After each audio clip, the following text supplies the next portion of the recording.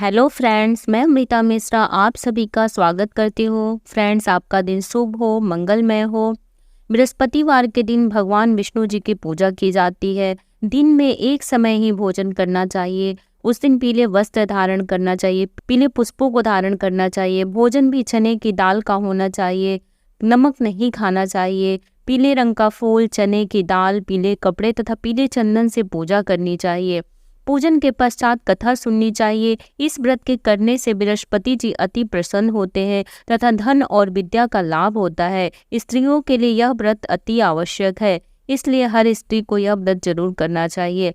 इस व्रत में केले का पूजन होता है। बृहस्पतिवार व्रत कथा प्राचीन समय की बात है। भारत में एक राजा राज्य करता था। वह बड़ा ही प्रतापी तथा दानी था। वह नित्य प्रति मंदिर में भगवत दर्शन करने जाता था। वह ब्राह्मण और गुरु की सेवा किया करता था। उसके द्वार से कोई भी याचक निराश होकर नहीं लौटता था।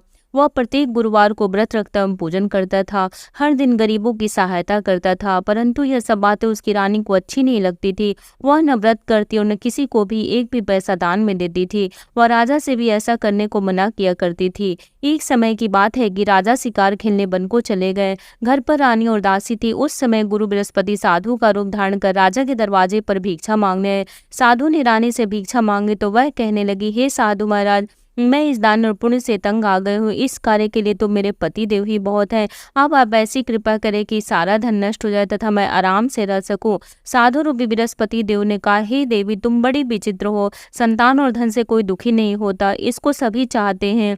पापी भी पुत्र और धन की इच्छा करता है। अगर तुम्हारे पास धन अधिक है तो भूखे मनुष्यों को भोजन कराओ, प्याऊ लगवाओ, ब्राह्मणों को दान दो, धर्मशालाएं बनवाओ, कुआं, तालाब, बावड़ी, बाग बगीचे आदि का निर्माण कराओ तथा निर्धनों की कुंवारी कन्याओं का विवाह कराओ। साथ ही यज्ञ आदि करो। इस प्रकार के कर्मों से आपका कुल का और आपका नाम परलोक में भी सार्थक होगा एवं तुम्हें भी स्वर्ग की प्राप्ति होगी। परंतु रानी साधु की इन बातों से खुश नहीं हुई।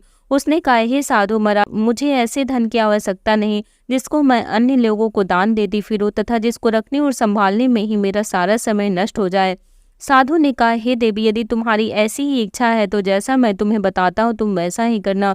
बृहस्पतिवार के दिन घर आंगन को गोबर से लीपना, अपने केसों को पीली मिट्टी से धोना, केसों को धोते समय स्नान करना, राजा से कहना वह हजामत करवाएं, भोजन में मांस मदिरा खाना, कपड़े धोबी के यहाँ धुलने देना। इस प्रकार 7 बृहस्पतिवार करने से तुम्हारा सारा धन नष्ट हो जाएगा।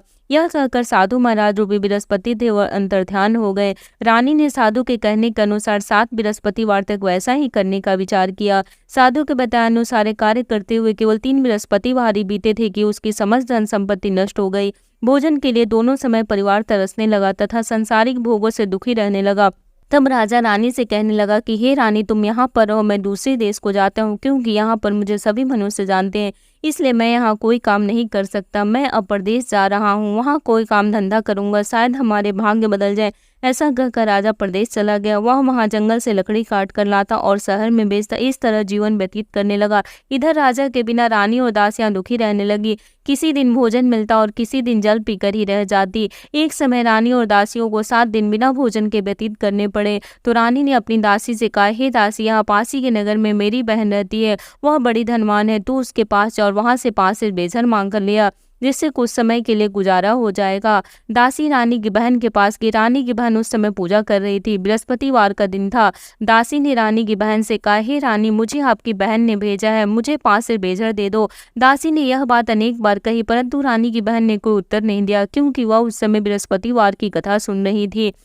जब दासी को रानी की बहन से कोई उत्तर नहीं मिला तो वह बहुत दुखी हुई। उसे क्रोध भी आया। वह लौटकर रानी से बोली, हे रानी, आपकी बहन बहुत ही घमंडी है, वह छोटे लोगों से बात भी नहीं करती। मैंने उससे कहा तो उसने कोई उत्तर नहीं दिया, मैं वापस चली आई। रानी बोली, हे दासी, इसमें उसका कोई दोष नहीं है। जब बुरे दिन आते हैं तब कोई सहारा नहीं देता। अच्छे बुरे का पता विपत्ति में ही लगता है। जो ईश्वर की इच्छा होगी वही होगा। यह सब हमारे भाग्य का दोष है। उधर रानी की बहन ने सोचा कि मेरी बहन की दासी आई थी, परंतु उससे मैं नहीं बोली, इससे वह बहुत दुखी हुई होगी। अतः कथा सुनकर विष्णु भगवान का पूजन समाप्त कर वह अपनी बहन के घर आई और कहने लगी, हे बहन, मैं बृहस्पतिवार का व्रत कर रही थी, तुम्हारी दासी हमारे घर गई थी, परंतु जब तक कथा होती है तब तक हम लोग न उठते न बोलते हैं, इसलिए मैं नहीं बोली। कहो दासी, क्यों गई थी? रानी बोली, बहन, हमारे घर अनाज नहीं था, वैसे तुमसे कोई बात छिपी नहीं है। इस कारण मैंने दासी को तुम्हारे पास 5 सिर बेझर लेने के लिए भेजा था। रानी की बहन बोली, बहन देखो, बृहस्पति भगवान सबकी मनोकामना पूर्ण करते हैं। देखो शायद तुम्हारे घर में ही अनाज रखा हो। यह सुनकर दासी घर के अंदर गई तो वहां उसे एक घड़ा बेझर का भरा मिल गया। उसे बड़ी हैरानी हुई क्योंकि उसने एक बर्तन देख लिया था। उसने बाहर आकर रानी को बताया। दासी अपनी रानी से कहने लगी, हे रानी देखो, वैसे हमको जब अन्न नहीं मिलता तो हम रोज ही व्रत करते हैं। अगर इनसे व्रत की विधि और कथा पूछ ली जाए तो उसे हम भी कर लिया करेंगे। दासी के कहने पर रानी ने अपनी बहन से बृहस्पतिवार के व्रत के बारे में पूछा।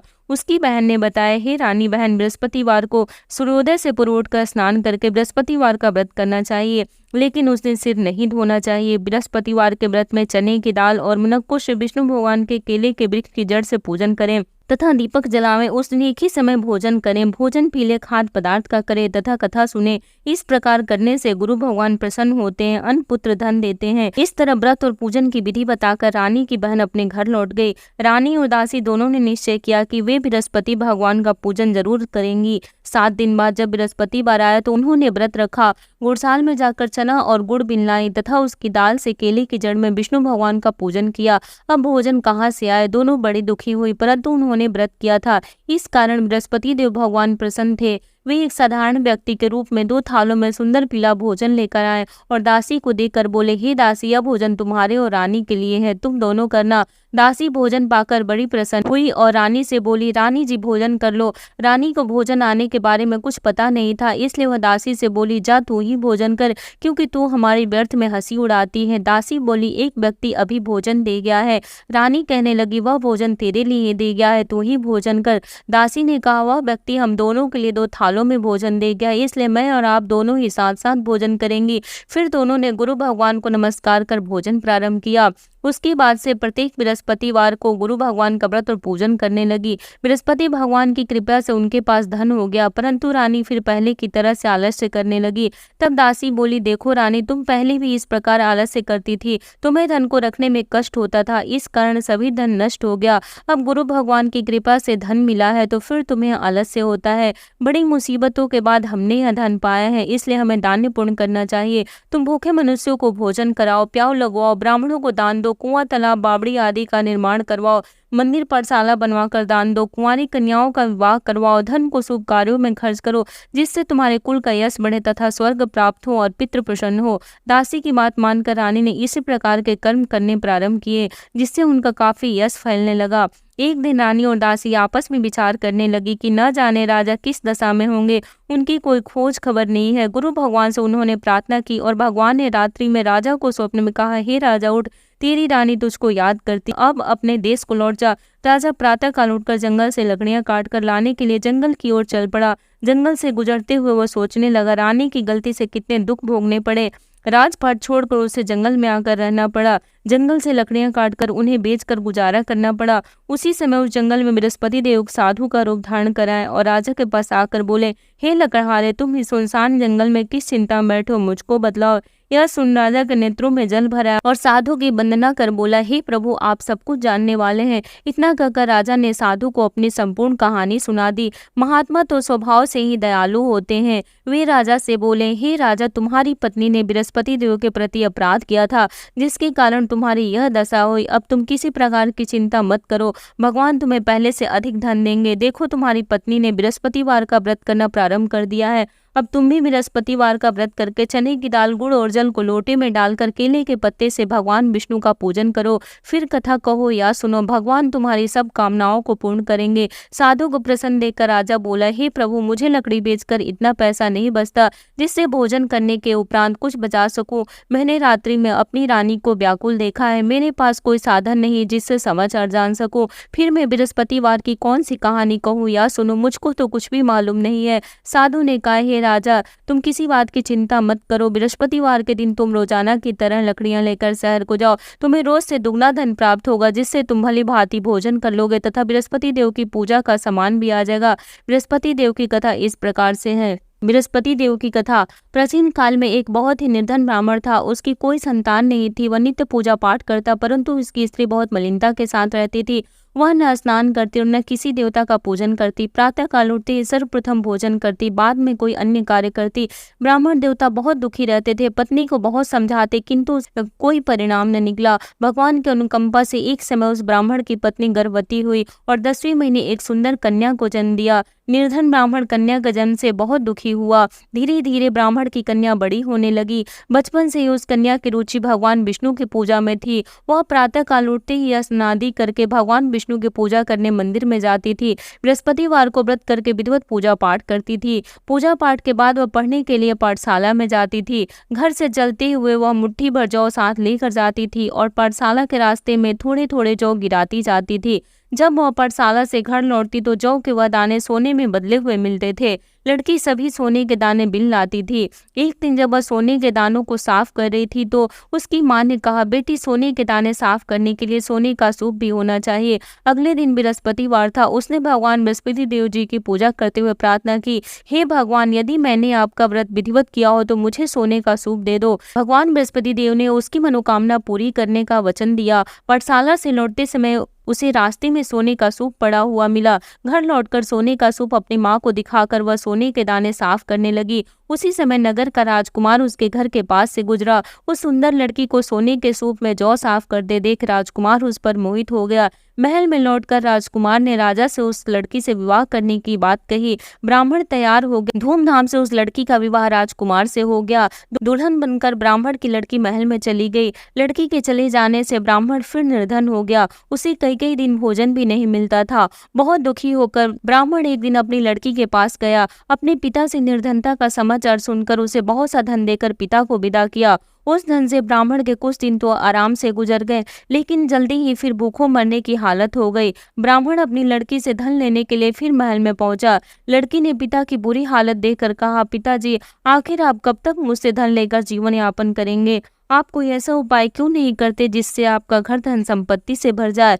ब्राह्मण ने कहा, मैंने तेरी माँ को बहुत समझा लिया पर उसकी समझ में कुछ नहीं आता। उसका फुहड़पन नष्ट हो तो घर की निर्धनता भी दूर हो जाए। तब को सोचकर लड़की ने पिता से कहा, पिताजी, आप कुछ दिनों के लिए माँ को मेरे पास छोड़ जाओ। तब को सोचकर ब्राह्मण पत्नी को लड़की के पास महल में छोड़ आया। लड़की ने अपनी माँ से कहा, माँ, तुम प्रातः काल उठकर स्नान आदि करके भगवान बृहस्पति देव विष्णु जी की पूजा अवश्य करना। पूजा करने से तुम्हारी निर्धनता अवश्य दूर हो जाएगी। लेकिन उसकी माँ ने उसकी कोई बात नहीं मानी। तब क्रोधित होकर लड़की ने अपनी माँ को कक्ष में बंद कर दिया। सूर्योदय के समय माँ को उठाकर जबरदस्ती उसे स्नान कराया और फिर मंदिर में ले जाकर भगवान बृहस्पति देव जी की पूजा कराई। कुछ दिनों तक ऐसा करने से माँ की बुद्धि में परिवर्तन हुआ और वह स्वयं बृहस्पतिवार का व्रत रखने लगी। उसके व्रत रखने से ब्राह्मण के घर में भगवान विष्णु की अनुकंपा से धन की वर्षा होने लगी।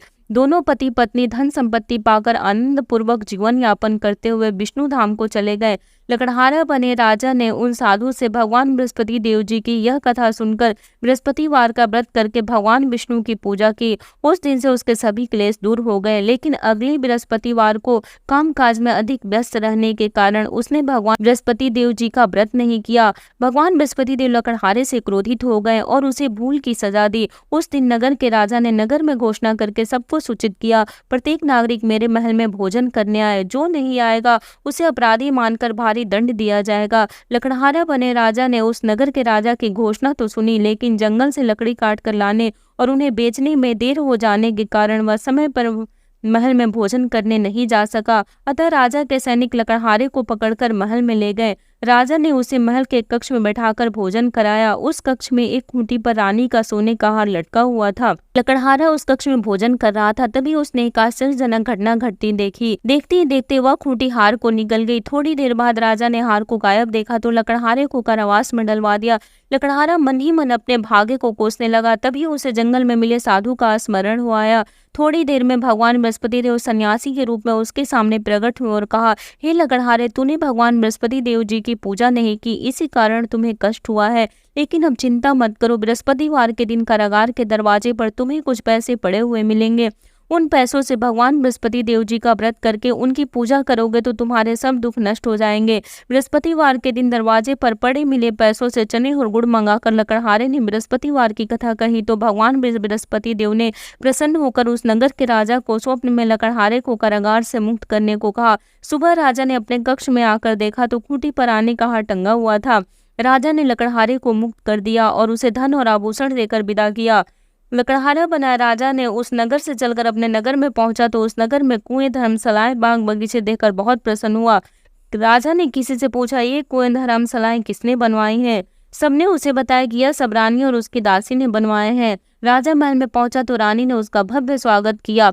तब राजा ने निश्चय किया कि सप्ताह में एक बार तो सभी बृहस्पति देव का व्रत पूजन करते हैं, परंतु मैं प्रतिदिन व्रत किया करूंगा तथा दिन में 3 बार कथा कहा करूंगा। अब राजा हर समय दुसाले में चने की दाल बांधे रहता तथा दिन में 3 बार बृहस्पति देव की कथा कहता। कुछ दिनों के बाद राजा को अपनी बहन की याद आई। एक दिन घोड़े पर सवार होकर राजा अपनी बहन से मिलने चल दिया। अभी राजा नगर के बाहर पहुंचा ही था कि उसने कुछ लोगों को एक शव को ले जाते हुए देखा। राजा को स्मरण हुआ आया कि आज उसने किसी को बृहस्पतिवार की व्रत कथा नहीं सुनाई है। राजा ने उन लोगों को रोककर कहा, भाइयों, आप शव को ले जाने से पहले मुझसे बृहस्पतिवार की कथा सुन ले। लोगों ने राजा पर क्रोधित होते हुए कहा, तुम पागल तो नहीं हो? लेकिन कुछ बड़े बूढ़े लोगों ने कहा, अच्छा भाई, साथ में चलते चलते तुम अपनी कथा भी सुना लो। राजा ने चलते हुए आधी कथा ही सुनाई थी कि सौ हिलने लगा। राजा की पूरी कथा सुनाते ही सौ उठकर बैठ गया। लोगों ने हैरानी से दांतों तले उंगली दबाई और अगले बृहस्पतिवार से भगवान बृहस्पति देव जी का व्रत करने और कथा सुनने का निश्चय कर लिया। अब घोड़े पर सवार राजा चलते हुए किसान के पास पहुंचा। किसान अपने खेत में हल चला रहा था। राजा ने कहा, अरे भाई, मुझसे बृहस्पतिवार की कथा सुन लो। किसान झुंझलाकर बोला, अरे भाई, देख नहीं रहे, जितनी देर तक तुम्हारी कथा सुनूंगा उतनी देर में तो पूरे खेत में हल चला लूंगा। राजा निराश होकर चलने लगा। तभी किसान के बैल लड़खड़ाकर जमीन पर जा गिरे। किसान के पेट में भी जोरों का दर्द होने लगा। उस किसान की पत्नी जब खाना लेकर आई तो उसने किसान से इस बारे में पूछा। किसान ने घुड़सवार की पूरी कहानी सुनाई। किसान की पत्नी दौड़ती हुई राजा के पास पहुंचकर हाथ जोड़कर बोली, भैया, मैं तुम्हारी कथा सुनने को तैयार हूँ। राजा ने उसके साथ खेत पर पहुंचकर बृहस्पतिवार की कथा कही। तभी बैल लड़खड़ाकर जमीन पर जा गिरे। किसान के पेट का दर्द भी तुरंत ठीक हो गया। राजा अपनी बहन के घर पहुंचा तो उसकी बहुत आवभगत हुई। अगले दिन सुबह उठकर राजा ने देखा घर के सभी लोग भोजन कर रहे हैं। किसी भूखे को बृहस्पतिवार की कथा सुनाए बिना राजा भोजन नहीं करता था। उसने बहन से कहा, बहन, का घर में कोई ऐसा व्यक्ति है जिसने अभी तक भोजन न किया हो? उसकी बहन बोली, भैया, हमारे घर में तो क्या आपको पूरे नगर में कोई ऐसा व्यक्ति नहीं मिलेगा जिसने सुबह सुबह भोजन नहीं किया हो? तब राजा ने बहन के घर से निकलकर उस नगर में बिना भोजन के व्यक्ति की तलाश की। एक गणरीय के घर में उसका बेटा बीमार होने के कारण भूखा रह गया था। राजा ने उसको जाकर बृहस्पतिवार की कथा सुनाई। कथा सुनते सुनते गणरीय का बीमार बेटा बिल्कुल ठीक हो गया। सबने राजा की बहुत प्रशंसा की। एक दिन राजा ने अपनी बहन से कहा, अब हम अपने घर को जाना चाहते हैं, तुम भी हमारे साथ चलो, कुछ दिन वहां रहकर लौट आना। राजा की बहन ने अपनी सास से पूछा तो सास ने ताने देते हुए कहा, बहू, मायके जाना तो अकेली जाना, मेरे पोतों को नहीं ले जाना। तुम्हारे भाई की कोई संतान नहीं है, कहीं तुम्हारी भाभी मेरे पोतों पर कोई जादू टोना न कर दे। दूसरे कक्ष में बहन की सास की बातें सुनकर राजा दुखी मन से अकेला ही अपने नगर को लौट गया। रानी ने राजा से कहा, आप तो अपनी बहन को साथ लाने की बात कहकर गए थे, फिर बहन को साथ क्यों नहीं लाए? तब राजा ने दुखी होते हुए कहा, रानी, हम निसंतान है, इसलिए कोई हमारे घर आना पसंद नहीं करता। रानी ने राजा को समझाए, हे प्राणनाथ, हमें बृहस्पति देव ने सब कुछ दिया है, अब भगवान बृहस्पति देव हमें संतान भी अवश्य देंगे। बृहस्पतिवार को विधिवत व्रत करते हुए राजा रानी ने भगवान बृहस्पति देव से संतान के लिए प्रार्थना की। कुछ दिनों के बाद उन्होंने स्वप्न में दर्शन देते हुए कहा, हे राजन, तेरी मनोकामना अवश्य पूरी होगी। 1 सप्ताह बाद ही रानी गर्भवती हो गई। 10वें महीने रानी ने एक सुंदर पुत्र को जन्म दिया। राजा रानी जीवन पर्यंत बृहस्पतिवार का व्रत करते रहे। उनके घर में धन की वर्षा होती रही। इस तरह आनंद पूर्वक जीवन यापन करते हुए राजा रानी भगवान बृहस्पति देव के अनुकंपा से मोक्ष को प्राप्त करके सीधे बैकुंठ धाम पहुंच गए। बृहस्पतिवार को विधिवत व्रत करके जो स्त्री पुरुष भगवान विष्णु की पूजा करते हैं, भगवान उनकी सभी मनोकामनाएं पूरी करते हैं। जय श्री हरि। ओम जय बृहस्पति देवा, स्वामी जय बृहस्पति देवा, छीने छीने भोग लगाऊं,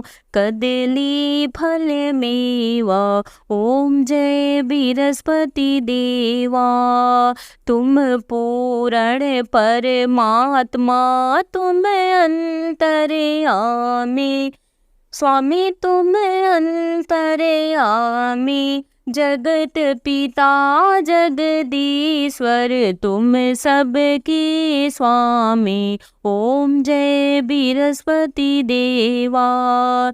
चरणामृत निज निर्मल सब पातक हरता। सकल मनोरथ दायक कृपा करो भरता। ओम जय बृहस्पति देवा।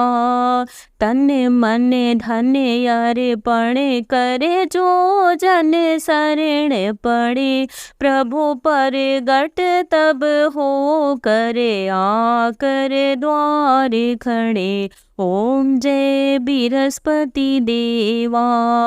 दीन दयाल दयानिधि भक्तन हितकारी। स्वामी भक्तन हितकारी। पाप दोष सब हरता भव बंधन हारी। ओम जय बृहस्पति देवा। सकल मनोरथ दायक सब संशय हारी। स्वामी सब संशय हारी। विषय विकार मिटाओ संतन सुखकारी। जय बृहस्पति देवा। जो कोई आरती तेरी प्रेम सहित गावे। जिष्टानंद आनंद सो निश्चय पावे। ओम जय बृहस्पति देवा। स्वामी जय बृहस्पति देवा। एक बार सभी भक्त बोलें विष्णु भगवान की जय। विष्णु प्रिया लक्ष्मी मैया की जय।